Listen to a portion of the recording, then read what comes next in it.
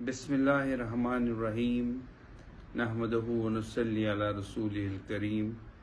برادران اسلام، السلام علیکم ورحمۃ اللہ وبرکاتہ۔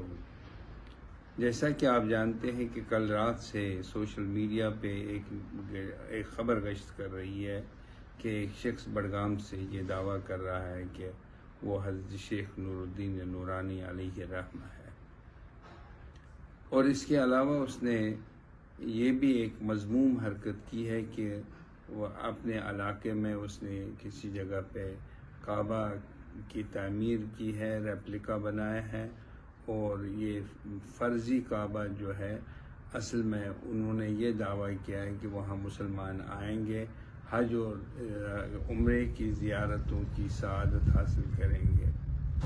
یہ فرضی ہے اور شریعت میں ان چیزوں کی کوئی گنجائش نہیں ہے۔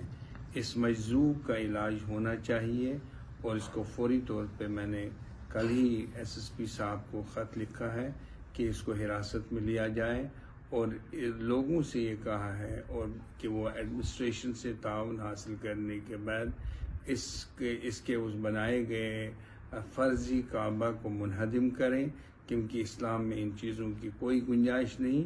یہ آئندہ کے لیے ایک بہت بڑا فتنہ بن سکتا ہے، ثابت ہو سکتا ہے، اور یہ امن قانون کی صورتحال پیدا کرنے کا ذریعہ بھی بن سکتا ہے۔ لہذا ان جیسی چیزوں کی کوئی اہمیت شریعت میں نہیں ہے۔ شریعت ہے، اور شریعت فرضی چیزوں کا نام نہیں ہے۔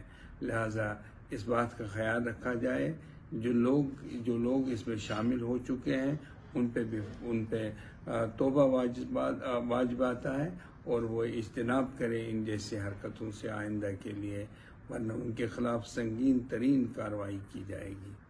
السلام علیکم ورحمۃ اللہ وبرکاتہ۔